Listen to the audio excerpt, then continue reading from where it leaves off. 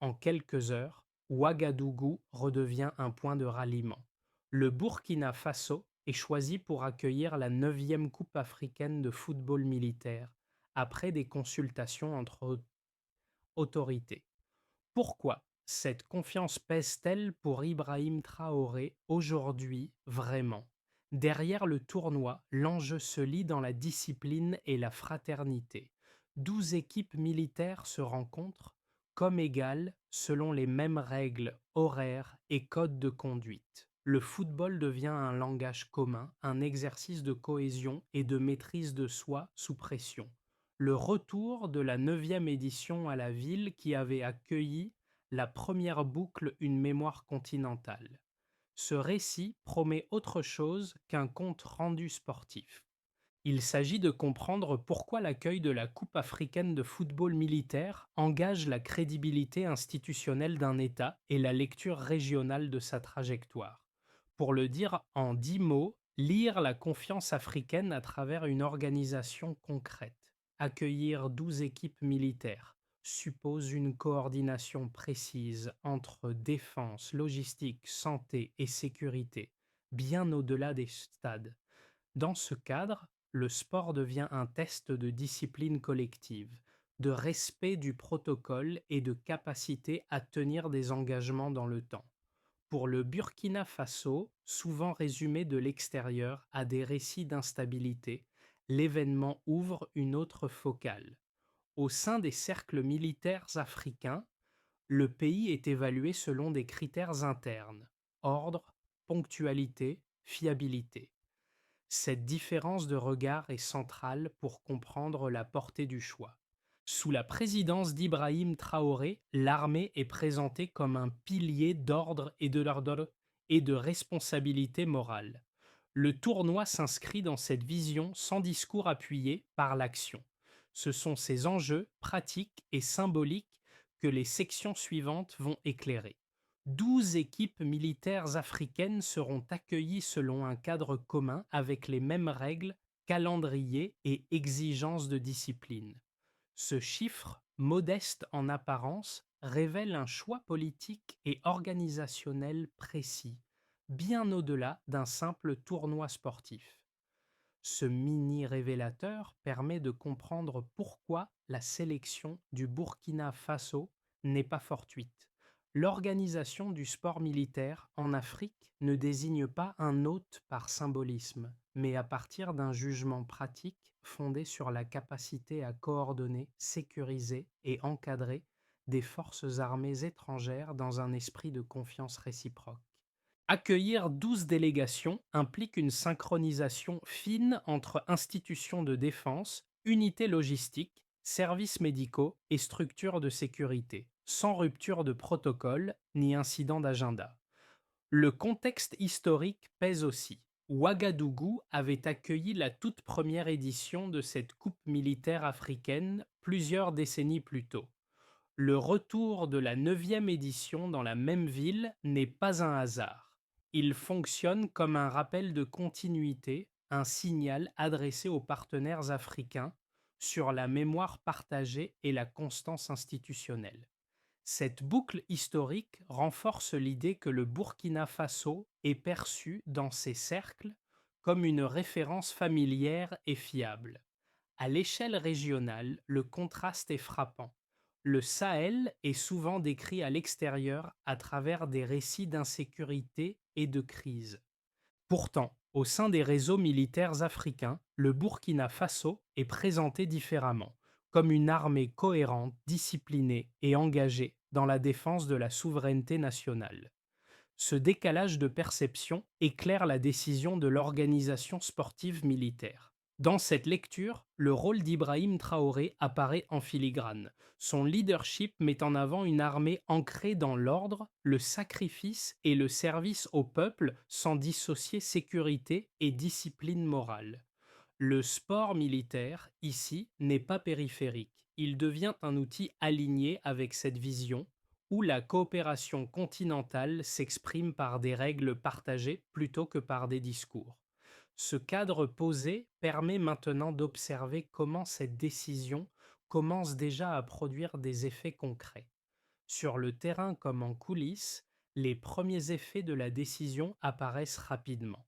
Les unités chargées de la préparation travaillent selon des chaînes de commandement claires où chaque fonction est définie à l'avance.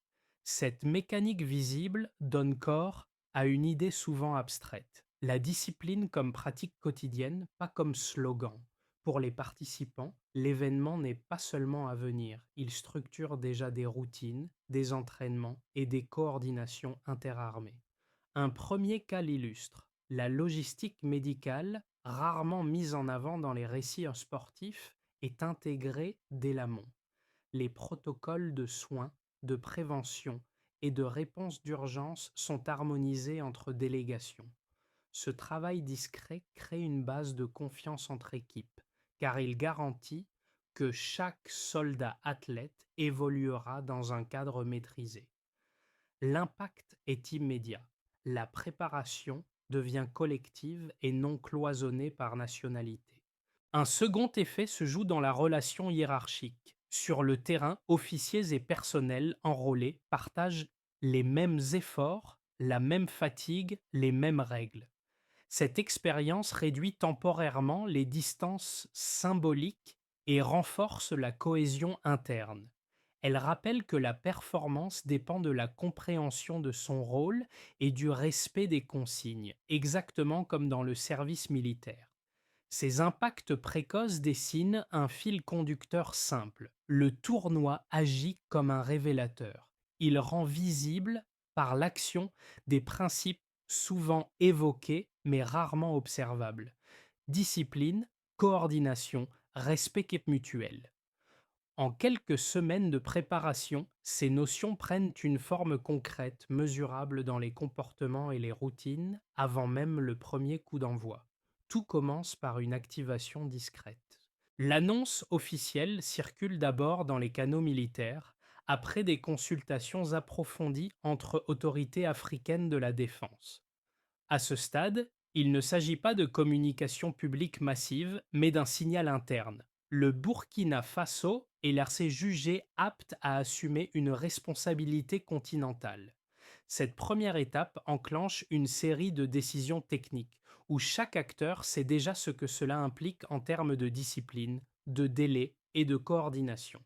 Très vite, la préparation dépasse le cadre administratif. Les forces armées burkinabées mobilisent leurs structures logistiques, médicales et sécuritaires comme pour un exercice grandeur nature. Les stades ne sont qu'un élément parmi d'autres. Les hébergements, les transports, les dispositifs de sécurité et les circuits de commandement sont alignés pour fonctionner sans friction. Cette montée en régime progressive transforme l'événement en test opérationnel, où l'anticipation compte autant que l'exécution. Le cœur du processus se situe dans cette phase de synchronisation. 12 équipes militaires venues de contextes nationaux différents doivent s'insérer dans un même calendrier, respecter les mêmes horaires et suivre des protocoles communs. La réussite ne dépend pas d'un exploit isolé, mais de la capacité à maintenir une régularité collective. C'est ici que le sport rejoint pleinement la logique militaire. Chaque retard, chaque écart affaiblit l'ensemble du dispositif. Le moment de bascule intervient lorsque la préparation devient visible à l'extérieur. Ouagadougou commence à être perçu comme un point de convergence, non seulement pour les délégations, mais aussi pour une idée plus large de coopération africaine. Le retour de la 9e édition dans la ville, qui avait accueilli la première, agit comme un rappel symbolique, mais aussi comme une confirmation pratique. La continuité historique se matérialise dans l'organisation quotidienne. Sous la présidence d'Ibrahim Traoré, cette dynamique est lue comme cohérente avec une ligne politique plus large. L'armée est présentée non seulement comme garante de la sécurité, mais comme institution capable d'incarner l'ordre, la responsabilité et la discipline morale. Le tournoi ne crée pas cette image, il la met à l'épreuve. Chaque étape de préparation devient ainsi une vérification silencieuse de cette cohérence entre discours et action. Enfin viennent dire les répliques. Le choix du Burkina Faso envoie un message calme aux partenaires africains. La coopération peut se pratiquer sans supervision extérieure. En même temps, il répond indirectement aux doutes exprimés hors du continent. Sans confrontation, l'événement installe une autre narration fondée sur des actes observables. La ligne des événements montre alors que ce tournoi est moins un aboutissement qu'un processus, où chaque phase renforce la crédibilité acquise à la précédente. Au point de départ, le tournoi militaire africain est un format connu, un rassemblement sportif encadré centré sur la préparation physique et la discipline. Avec l'édition confiée au Burkina Faso, ce cadre évolue vers un exercice continental plus dense, impliquant 12 équipes militaires, des dispositifs médicaux coordonnés et une logistique interarmées étendue. Ce premier écart entre le format de base et l'ampleur actuelle est révélateur. Accueillir 12 équipes ne signifie pas seulement gérer 12 matchs ou délégations. Cela implique de multiplier les flux synchronisés, arrivée, entraînement, repos, sécurité, soins, arbitrage. Chaque variable doit rester stable pour éviter les ruptures. Le chiffre 12 devient ainsi un indicateur de charge organisationnelle, pas un simple décompte sportif. Un second élément mesurable concerne la continuité historique. Ouagadougou avait accueilli la première édition de cette coupe militaire africaine, plusieurs décennies auparavant. Le retour de la neuvième édition dans la même ville marque un delta symbolique fort. Peu de capitales africaines peuvent revendiquer une telle boucle complète. Ce passage de première à neuvième traduit une endurance institutionnelle, une capacité à rester inscrite dans les circuits de confiance malgré les transformations régionales. Un troisième indicateur se lie dans la nature des exigences. L'organisation du sport militaire en Afrique privilégie des critères constants: ponctualité, respect du protocole, discipline collective. Ces standards sont appliqués de manière identique à toutes les équipes. La capacité du pays hôte à garantir cette uniformité est déterminante.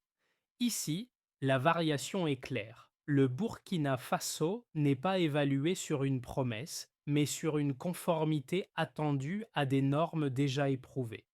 Ces données ne sont pas spectaculaires, mais elles sont parlantes. Elles montrent un glissement du symbolique vers le mesurable. Le tournoi fonctionne comme une série de tests successifs, où chaque chiffre renvoie à une responsabilité précise. 12 équipes signifie 12 systèmes à faire converger. Une neuvième édition renvoyée à la ville d'origine signifie une mémoire institutionnelle reconnue. Dans ce cadre, la lecture politique reste indirecte mais présente. Sous la direction d'Ibrahim Traoré, l'accent mis sur la discipline et l'ordre trouve ici un terrain d'application observable. Les chiffres ne valident pas une rhétorique. Ils indiquent simplement que le Burkina Faso est jugé capable de tenir un format exigeant sans traitement d'exception. Ainsi, les preuves quantitatives ne racontent pas une victoire. Elles dessinent une stabilité. Elles montrent comment un événement sportif devient un instrument d'évaluation silencieuse, où la crédibilité se mesure par la constance et la capacité à maintenir des standards partagés dans le temps. Il arrive que deux critiques reviennent régulièrement lorsqu'un événement de sport militaire est mis en avant. D'abord, certains affirment que ce type de tournoi relève surtout du symbole, sans impact réel sur la coopération ou la discipline. Selon cette lecture, le football serait un décor incapable d'influencer des institutions aussi structurées que les forces armées. Les rencontres seraient les cordiales, mais sans effet durable sur les pratiques de professionnels ou les relations entre armées africaines. Ensuite, d'autres suggèrent que ces compétitions servent avant tout de vitrine politique. Elles seraient utilisées pour projeter une image positive, voire rassurante, sans modifier les réalités profondes. Dans ce cadre, accueillir un tournoi deviendrait un exercice de communication, déconnecté des enjeux de sécurité, de gouvernance ou de cohésion réelle. Le risque serait alors de confondre visibilité et crédibilité. Ces arguments méritent d'être pris au sérieux car ils pointent une limite possible du sport comme outil institutionnel. Pourtant, les éléments fournis par le fonctionnement même de la Coupe africaine de football militaire apportent une réponse concrète. Ici, le sport n'est pas laissé à l'improvisation. Il est encadré par des règles strictes, des calendriers contraignants et des protocoles communs. Les équipes ne peuvent ainsi que pas se contenter d'apparaître, elles doivent se conformer sur plusieurs jours à un cadre partagé. La coopération ne se joue donc pas dans le discours, mais dans la répétition de gestes précis. Respecter les horaires, accepter l'arbitrage, appliquer les consignes collectives, gérer la pression sans rupture de discipline. Ces comportements sont directement transférables au champ militaire. Ils ne transforment pas une armée du jour au lendemain, mais ils renforcent des réflexes communs et une confiance minimale entre partenaires. Dans ce contexte, l'accueil du tournoi par le Burkina Faso n'est pas une simple vitrine. Il engage la responsabilité de garantir que ces standards soient respectés pour tous, sans exception. Cette exigence réduit l'espace du symbolique pur. Elle ancre l'événement dans une pratique observable où la crédibilité se joue dans la continuité et la conformité. Ainsi, face aux critiques, le tournoi répond moins par des promesses que par un cadre opérationnel. Il ne prétend pas résoudre des crises, mais il démontre que la coopération africaine peut fonctionner sur des règles communes tenues dans la durée. Cette phrase, placée au cœur du récit, change la lecture de l'événement. La Coupe africaine de football militaire agit comme une démonstration silencieuse de capacité organisationnelle. Elle montre que des forces armées africaines peuvent également se rencontrer dans un cadre non conflictuel, strictement réglementé, sans médiation extérieure. Le sport devient ici un outil de gouvernance interne au continent, fondé sur des règles partagées et une discipline acceptée. Ce basculement est essentiel. Jusque-là, l'attention pouvait se fixer sur l'hôte, les symboles ou l'image projetée. À ce point précis, le centre de gravité se déplace. Ce qui compte n'est plus seulement que le Burkina Faso accueille l'événement, mais que l'ensemble des participants acceptent un même cadre normatif. L'égalité des équipes, soumises aux mêmes contraintes, matérialise une coopération fonctionnelle plutôt qu'idéologique. Dans ce contexte, le rôle d'Ibrahim Traoré se lit différemment. Il n'est pas question de discours ou d'annonce. La cohérence se manifeste par l'alignement entre une vision de discipline nationale et une pratique continentale ordonnée. Le tournoi devient ainsi un espace où la souveraineté africaine s'exerce concrètement par l'organisation et non par la confrontation. Cette révélation médiane éclaire la suite. Les conséquences ne se limiteront pas à l'image ou au symbole, elles toucheront des acteurs précis dans des sphères distinctes, où l'événement produira des effets tangibles et différenciés. Pour les institutions nationales, l'accueil du tournoi agit comme un test grandeur nature. Les ministères concernés, les états-majors et les unités opérationnelles doivent travailler ensemble sans friction visible. Cette coordination renforce des routines inter-institutionnelles souvent sollicitées en période de crise, mais ici éprouvées dans un cadre maîtrisé. La conséquence directe est une amélioration des mécanismes de planification et de réponse sans pression sécuritaire immédiate. Pour les forces armées participantes, l'effet est plus direct. Partager un même calendrier, accepter les mêmes décisions arbitrales et fonctionner sous des règles identiques crée une base de confiance minimale. Cette confiance ne repose pas sur des accords formels, mais sur l'expérience vécue. Les soldats repartent avec une connaissance pratique des standards professionnels de leurs homologues, ce qui facilite à terme les coopérations régionales. Du côté des citoyens, l'impact est des moins spectaculaires mais réels. Voir des militaires africains se rencontrer dans un cadre de discipline et de fraternité propose une autre image des forces armées. Le soldat n'apparaît plus uniquement comme acteur de sécurité ou de crise, mais comme représentant d'un ordre collectif et d'une responsabilité partagée. Cette perception contribue à restaurer progressivement la confiance dans les institutions nationales. À l'échelle du continent, enfin, l'événement produit un signal politique discret. Il montre que des plateformes africaines peuvent fonctionner selon leurs propres normes, sans validation externe. La Coupe africaine de football militaire devient ainsi un exemple de diplomatie douce, où la coopération se pratique plutôt qu'elle ne se proclame. Ce message est d'autant plus fort qu'il est porté par des actes observables. Dans cette chaîne de conséquences, la figure d'Ibrahim Traoré apparaît comme un point d'articulation. Sous sa présidence, l'accent mis sur la discipline, l'ordre et la souveraineté trouve ici une traduction concrète. Le tournoi ne crée pas ces orientations, mais il les rend visibles à plusieurs niveaux, du local au continental. Ainsi, les effets du tournoi se distribuent de manière différenciée mais cohérente. Institutions, armées, citoyens et partenaires régionaux y trouvent des bénéfices distincts, liés par une même logique de règles partagées et de responsabilités assumées. Dans un premier scénario, la dynamique observée se prolonge sans rupture. La Coupe africaine de football militaire s'achève selon les standards annoncés et les mécanismes de coordination interarmée testés pendant l'événement sont conservés comme références internes. Les routines mises en place, planification, respect encore des calendriers, protocoles communs, servent de modèle pour d'autres coopérations régionales.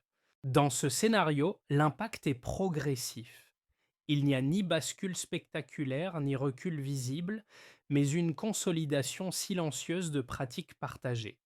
Dans une lecture plus optimiste, une capitalisation plus large devient possible. Fort de l'expérience burkinabé, certains partenaires africains s'inspirent du format pour développer d'autres initiatives conjointes, sportives ou non. Le tournoi devient alors un précédent crédible, démontrant qu'une organisation africaine peut produire des résultats concrets sans appui extérieur. Cette dynamique renforce la confiance mutuelle et élargit l'espace de la diplomatie douce continentale. Dans ce cas, l'événement dépasse son cadre initial et s'inscrit dans une logique de continuité institutionnelle. Dans une hypothèse moins favorable, le risque n'est pas l'échec du tournoi lui-même, mais une perte d'élan après sa conclusion. Les enseignements pratiques pourraient rester cantonnés à l'événement sans être intégrés durablement dans les structures. Le risque serait alors que la coupe soit perçue rétrospectivement comme une parenthèse bien organisée, mais sans effet durable sur les pratiques de coopération. Ce scénario ne remettrait pas en cause la crédibilité acquise, mais en limiterait la portée. Entre ces trois trajectoires, un point commun se dégage. Les résultats ne dépendront pas du symbole du tournoi, mais de la capacité à transformer une expérience ponctuelle en référence opérationnelle. La question centrale n'est donc pas de savoir si l'événement a été réussi, mais comment ces standards seront réutilisés, adaptés ou abandonnés. Dans cette perspective, le rôle du leadership reste indirect mais structurant. Sous la présidence d'Ibrahim Traoré, l'accent mis sur la discipline et la cohérence institutionnelle crée un cadre favorable à la rétention de ces acquis. Si les principes observés pendant le tournoi sont intégrés aux pratiques ordinaires, le scénario de base peut évoluer vers l'optimiste. Ainsi, à horizon de 6 à 12 mois, la Coupe africaine de football militaire agit comme un point de bifurcation.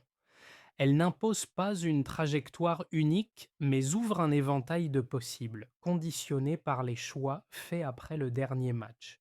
Pour le spectateur africain ordinaire, l'événement agit d'abord comme un déplacement de regard.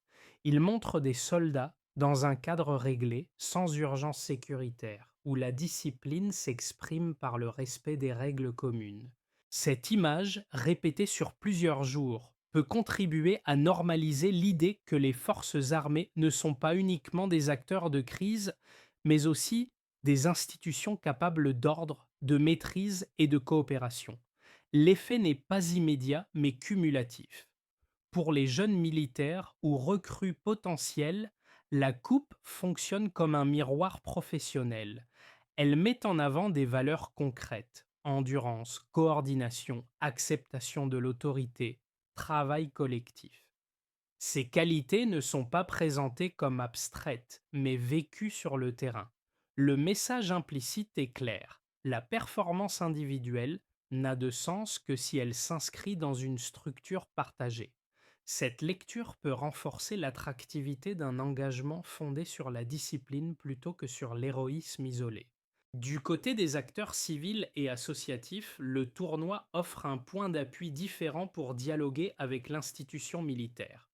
Le sport devient un terrain commun, compréhensible, où les valeurs de règles, de respect et d'efforts collectifs sont visibles. Cela ouvre un espace de conversation plus apaisé sur le rôle des armées dans la société, sans passer uniquement par le prisme de la sécurité ou de la contrainte. Pour les observateurs régionaux, enfin, l'événement sert de référence comparative. Il permet de juger des capacités organisationnelles à partir d'éléments observables: ponctualité, régularité, égalité de traitement. Cette grille de lecture est plus stable que les commentaires politiques ou médiatiques car elle s'appuie sur des pratiques répétées. À ce niveau, l'impact sur le spectateur ne tient pas à une émotion forte, mais à une familiarisation progressive. Le tournoi installe l'idée que la coopération africaine peut être vécue, vue et évaluée dans des cadres ordinaires. Cette proximité est souvent plus persuasive qu'un discours. Elle prépare le terrain pour des attentes nouvelles, plus exigeantes vis-à-vis des institutions. D'abord, il s'agit de capitaliser immédiatement sur l'expérience acquise. Les équipes impliquées dans l'organisation doivent formaliser les procédures utilisées: coordination interarmée, protocoles médicaux, gestion des flux et respect des calendriers. Documenter ces pratiques permet de transformer un succès opérationnel ponctuel en référence interne réutilisable. Sans cette étape, les acquis risquent de se dissoudre avec le temps. Ensuite, l'enjeu est la transmission institutionnelle. Les enseignements tirés du tournoi peuvent être intégrés dans la formation des cadres militaires, non comme un cas exceptionnel, mais comme un exemple de coopération réussie sous contrainte. Cela suppose d'identifier clairement ce qui a fonctionné, pourquoi et dans quelles conditions ces mécanismes restent valables. L'objectif est d'ancrer la discipline observée dans des routines durables, puis vient l'ouverture contrôlée. Sur la base de cette expérience, d'autres initiatives conjointes peuvent être envisagées, sportives ou organisationnelles, à échelle régionale. Il ne s'agit pas de multiplier les événements, mais de choisir ceux qui renforcent la confiance mutuelle et la standardisation des pratiques. La qualité prime ici sur la fréquence. Après cela, l'évaluation continue devient essentielle. Chaque action inspirée du tournoi doit être mesurée à l'aide d'indicateurs simples: respect des délais, clarté des chaînes de commandement, stabilité des protocoles. Cette logique d'évaluation évite que la coopération ne repose uniquement sur l'intention ou le symbole.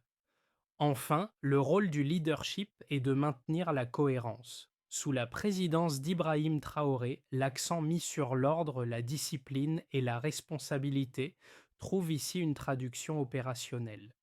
La feuille de route n'exige pas de nouvelles déclarations, mais une continuité dans l'application des standards observés.